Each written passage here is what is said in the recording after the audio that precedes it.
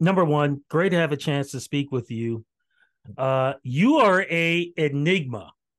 And the reason why I say that is because usually I can find info on somebody, Mhm. hard to find info on you. For sure. Go on your Instagram. I'm seeing stuff like this, and I'm seeing like I'm not sure if you have an Instagram show. Um, like, dude, there is a lot of stuff you're gonna have to explain to me Something. on this interview, but I will say this that I know. Mhm. Talented beyond belief. Thank you very much. Music ranges. I feel like it's an 80s, bit of a 90s, some 70s groove in it. Mhm. And you got a raw voice. In fact, I don't even think you've reached the potential yet on what your voice can do, man. Congratulations with all of that. Well, thank you very much. What an intro. My goodness. No, Um, brother, you've definitely got something special. But before we go into all that, let's talk about the fact that you're with first up with RBCX Music. Congratulations on that, man. How does it feel to be part of this thank amazing group? It's crazy. I had the good fortune of meeting all of them like a couple weeks ago. Well, a lot of them, and it's very touching to be surrounded and chosen with such a wonderful group of artists, Canadian artists. Like honestly, I listened to everybody's music, and there was nobody in there that I went, oh, this is whack. Like I'm a fan of everybody that was chosen. So it's, it lifts me up a little bit as well. It feels like I'm doing the right things. How did you find out about RBCX Music? It was my friend Jess, who works for Live Nation. She sent me the link for it and said, I think you would be great for this. And then looked it up, and I applied. Didn't think I would get it, and yeah, I got noticed in like March, and I was like, oh my goodness, I was so touched. Not surprised, man, because you remind me so much of Hawksley Workman. You've got that kind of a style, and he's one of those guys I truly respect because it's not about what's out there; it's about what's in here and what's been representing with him out there. I feel like you're on that same line, like I said, a Hawksley Workman or a Chaos. I consider them both mad scientist when it comes to music, and I'm looking at you in that same feel on that, man. Thank you very much. So let's get into the mad scientist enigma person that I feel like you are. Sure. Originally, where are you from, man? And in fact, where are we doing this interview from? Goodness. We are doing this from my aunt and uncle's house. I'm here until I move to LA in January. Um, yeah, this is technically my studio. I can give you the full tour. It's that, and then this, and that's it. Why are Uh, you moving to LA, man? Not that, I figure I know why, but why are you moving to LA? my manager lives there. I spent some time there last year, and it was just such an incredible experience. I really love the amount of music and art and culture that's happening there. Toronto is amazing, and I have a lot of great friends here that are making unbelievable music. But I kind of want to try something a little different. So I'm kind of looking forward to it. It's terrifying, but I'm ready to go. They always say there are three places to go to if you're really serious: Mhm. New York, Nashville, LA. Yeah. You're heading to LA. So that makes perfect sense. But I want to talk a little bit more about you growing up, man, because you must have been one of those guys growing up where everything was, how do I put it? You were fascinated by everything and you had to experiment with everything. Yeah. And am I on that right line? Yeah. I was not into sports. That wasn't my thing. I actually wanted to be an illustrator when I was younger. I can see Like that that. was kind of my first love before I found music. And I found music when I was around like 9, and then they kind of just started blending into each other. And like I did that with my first project. You know, it was all illustrated. Like I did all the artwork for it. I did all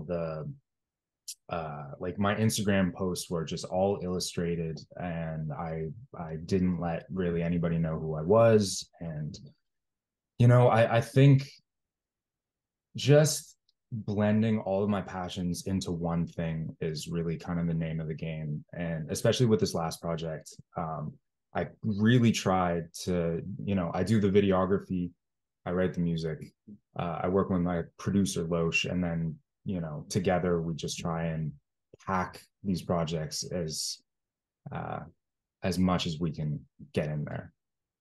Yeah. Now I can throw Prince in there on you, man, because it sounds like it's the same thing.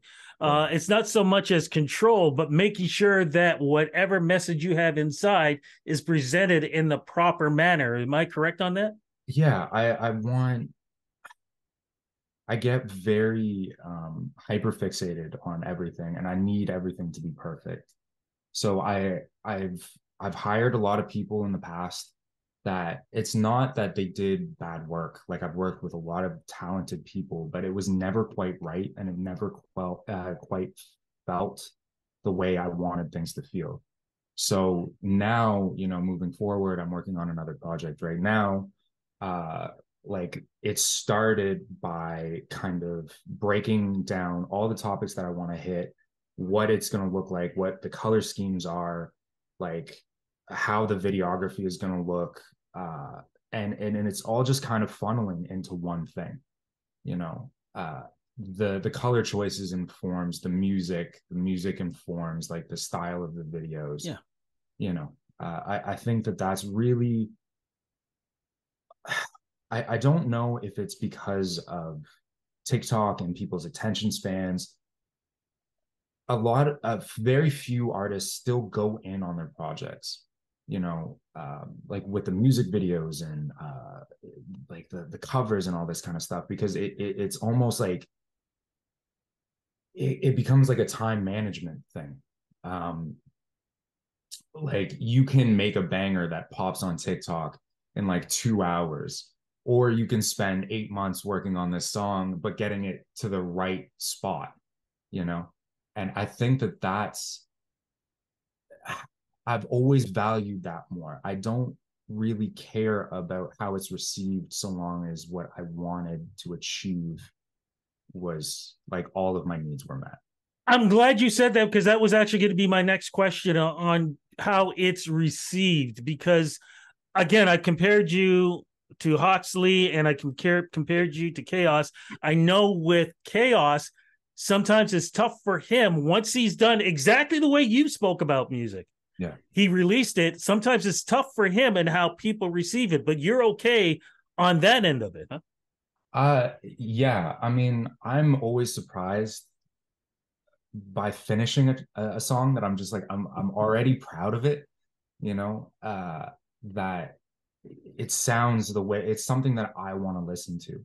So if Yeah. at the end of the day I feel like I've done my job, and I feel like it's as good as I can possibly make it, what other people think about it isn't really my concern. It's none of my business. My friend always says this: what other people think about me is none of my concern. It's none of my business. And I feel that it's very easy to get caught up, especially in art, and seeing it as competition, or something that is supposed to be lucrative, any of those kinds of things that are like a little bit of like toxic desires. Yeah. So long as I am making something that is honest and true, and I am putting my entirety into it, I can't help but be proud of it. You know? When it comes to the story of your music, what is important for you? Like, what are the things that you like to discuss through your music? I This past project was a love story, but what I kind of used like the trope of like love songs, and just put a lot of myself into them. So being able to talk about anxiety or depression or grief, um, but making it sound very warm and happy, Yeah. and like a celebration, which is something that like the old Motown guys used to do. Like Yeah. it would be heartbreak, but you just feel so good when you hear it. It's like a cathartic kind of song, and that's kind of always what I wanted it to be. I grew up listening to like a lot of folk music, and obviously like a lot of R&B, but uh, the songwriting is always so important, and not cheaping out or um, what's the word I'm looking for? Like cutting corners on it, or just making something because it melodically sounds good or sounds right. Um, actually, uh, just little fun thing. Kant, the philosopher, said, "When something is truly complex, it has been refined to the point of simplicity." So if you start with this big ranging sound and then you whittle it down to just a guitar and a voice and words, if you take one of those things away, it stops working. And that's kind of what I want my songs to be. I want them to be very simple, but if you take something away from it, it stops working. If you take Gotcha. a line out, it doesn't make sense. And I think that that's something that's phenomenal about like comedy, or like having it be its own ecosystem is the thing that I'm after, and that's what's important. So the messaging is kind of whatever's going through my mind, but making it as simple and digestible as it possibly can be. Speaking of comedy, this goes back to what I was saying earlier.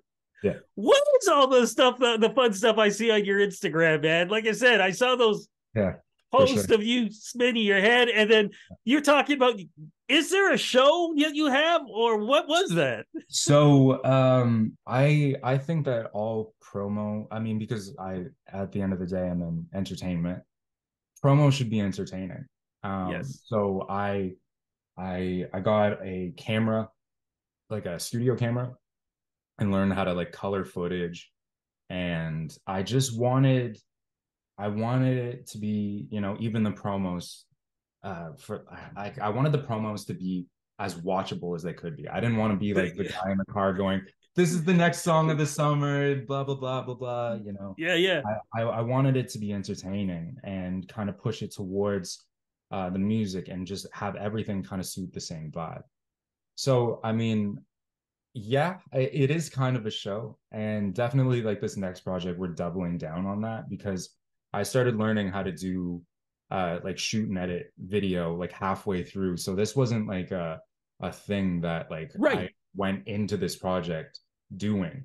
And it's something that I picked up along the way. So for the next one, I'm like, cool, like we're hitting them with this right off the jump, and then you know, uh, I'm really excited. I'm really excited about what's coming up next. You're doing a great job with the promos, because I found that you had to follow some of your other promo. It's almost like you have three different promos to tell one story. So I Sure. love that you did that. So I thought that was amazing. When is the project coming out? So we're getting it. We're recording it right now. So we're looking to drop like the first single around November. So what can we listen to as we speak right now? You can listen to Freak, which is we put out in March. It's a 6-song EP. It's a little love story. There's a bunch of promo behind it, and yeah, we're dropping some more live performances and stuff over the next coming weeks. So Any chance those first off, congratulations on Freaks, because I saw that it's going this way. So yeah, congratulations on yeah, that. yeah. And even though you are going to LA, are we going to get some shows here? Absolutely, absolutely. I'm looking to get one in November with my friend Terrell Morris and another friend, which is unconfirmed. So, Okay. Cross yeah, fingers on that. My friend, congratulations on this amazing career. You're gonna turn some heads, and you're gonna change some minds. I like what you're doing. And anybody that can take on contemporary music and say, I think it needs a little kick or a little crack here and there to maybe open up some things that maybe nobody else has seen before. You're Mhm. definitely a guy who's doing that, man. All the Thank you very best much, in the Rudy. future in LA. And again, congratulations on First Up with RBCX Music. You deserve to be in this place. Thank you very much, Rudy. I appreciate it. Thank you for your time.